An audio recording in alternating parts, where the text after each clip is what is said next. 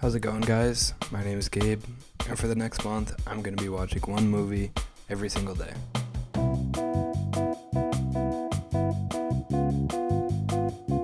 Today, I watched John Carpenter's 1982 film called The Thing. This movie has been recommended to me a bunch, but it came up recently when I was talking to my uncle about this challenge that I'm doing, and I asked him if he had any movie recommendations.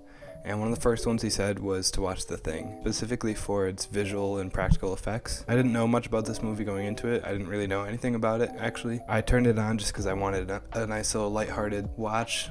I was expecting kind of a corny 80s thriller vibe, and it definitely exceeded my expectations in a lot of ways. Right off the bat, kind of created suspense and mystery in a way, with the opening shot of just a helicopter chasing after a dog running through the Arctic and shooting at it, and it's kind of like, what the heck is going on? And then it switches over to a research facility that is in Antarctica, and that's where most of the film takes place. And the whole premise of the film, story-wise, is that there is this beast that they call the Thing, and no one really knows what it is. It's never really explained in the movie, but it's been frozen in the ice and can take the form of different creatures. And so the Thing took the form of the dog, and once they let it into the facility and into the kennel, immediately showed its fangs, literally, and attacked the other dogs. And it turns into this grotesque humanoid monster with kind of a dog body, and it's very strange. But the rest of the movie follows the cast of characters. It's similar to if you've seen Invasion of the Body Snatchers, where you don't really know who gets infected by the monster because it takes the corporal form of their human bodies. Immediately there's a lot of suspicion about who's actually infected, who's safe. It creates a lot of suspense for the audience too, because most of the time we're not in the know of who has been infected by the dog. In terms of impressions, I have to say the effects were so awesome to watch, and I can imagine at the time, I'm not sure for certain, but I can imagine at the time that the special effects were kind of revolutionary, and the props that they made and like the character models for the practical effects for the like big bloody gory explosions, I can imagine that took so much time and work to make that come to life. And yeah, by today's standards, it doesn't look totally realistic, but it gives it kind of a 80s charm, if that makes sense. It was nothing but fun just seeing these bodies explode into these grotesque creatures. So I did have a lot of fun with this movie. It's also a short movie, which I kind of like, taking a break from the long narrative films that I've been watching. So there's a lot of praise that I could give to this film. It's praise that everyone else has given it as well. It definitely stands the test of time of being a horror thriller masterpiece, with the story just being so fun and unique.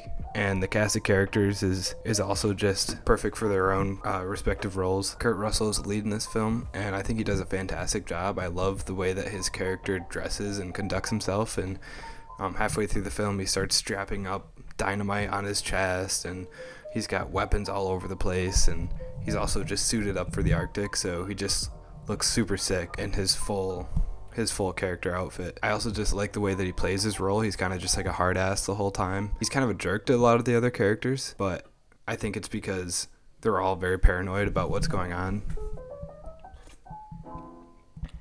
Taking a bit of a deeper dive into the film, I think that even though it is kind of a corny, you might say that it's a surface level film that's just meant to be enjoyed as is, and I would be inclined to make that argument as well. But I think given the time period that it came out, there's a lot of ways that it could be read if you were looking to read it in a deeper way. A lot of films at the time, sci-fi films in particular, revolved around the idea of invasion and suspicion and taking over the body or the brain in some way. There's a few reasons for that. This is all based off of a few of the classes I've taken, but there's a few reasons for that.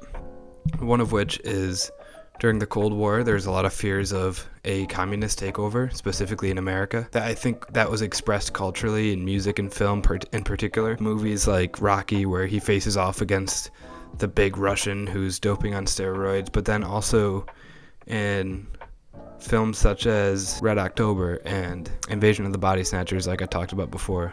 So those films can be read in a way where it's an alien coming in from a foreign country or, from outer space, coming in, and all of a sudden they're taking over the population. And in these films in particular, you don't know who's been infected by, let's say, communism, for example, because their corporal form doesn't change. It stays the same on the outside. So you don't know who's actually fostering these communist ideals. Films like that, I think, sprung out of that culture of fear and paranoia. And then also at the time, in the 80s, there's an AIDS outbreak and an AIDS epidemic. If you read it in that way, then looking at the movie, all these men in particular living in close quarters in the research facility in Antarctica are being infected by one another. They are turning into these kind of grotesque creatures. No one really knows until it's too late, until they're already turned into a monster. But before that, it literally says word for word in the movie, just one drop of blood can spread the thing. And so they become very paranoid of one another, and they start accusing one another of hosting the thing. And definitely there's a way that you could read that as a product of the culture of fear surrounding AIDS.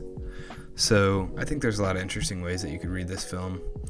That's just a little tidbit that I wanted to talk about because it interests me so much. A lot of the films coming out at the time in the 80s and early 90s, even in the 50s, 60s, 70s, a lot of them revolve around these themes of fear, paranoia, takeover, brainwashing, infection. Yeah, I just wanted to talk a bit about that. But as far as the film goes, I really enjoyed it. I loved how they ended the film. So I'll give a quick spoiler warning for anyone that wants to click off. They ended the film on a cliffhanger, if you'll call it that. They just leave it very unresolved. So everyone gets infected by the end, except for Kurt Russell and one of the supporting characters. I'm forgetting his name now, but they go through the whole underground bunker, and the last person that they think is alive turns out has been infected by the thing and has like a spaceship that he's been building underground. Is really weird. Then it ends with Kurt Russell's character and the supporting character just laying in the snow, and they say, well, what should we do now? And Kurt Russell says, I don't know, let's just wait for a little bit and see what happens. He says, well, we might die. And then Kurt Russell says, maybe that's not a bad thing. And then the film ends. So it ends on kind of this weird, unsettling note, but I think it's perfect for the film. It leaves the audience kind of like, wait, what happened to the characters? I really do think it's perfect. And I think for me personally, I didn't feel super strong emotional connection to any of the characters in the film. Even the Kurt Russell character, who was strapped up with all the dynamite and weapons the whole time, I thought he was super sick. I didn't feel a strong emotional connection to him just because of the way his character was acting. But I think that the way that they ended off these stories, it's just so serendipitous and perfect for the film, because you don't know if either of them have it. Both of them could be infected. Neither of them could be infected. They both are ending feeling like suspicious, and maybe their life isn't worth living anymore because maybe one of them's been infected, and maybe they'll both be infected. So I really enjoyed this film. I will rate it another 8 out of 10, just because, again, it's not narratively a masterpiece, but in terms of practical effects and just that 80s charm, I really enjoyed it. It was just so fun to watch, and there wasn't a single moment that I was bored watching this film.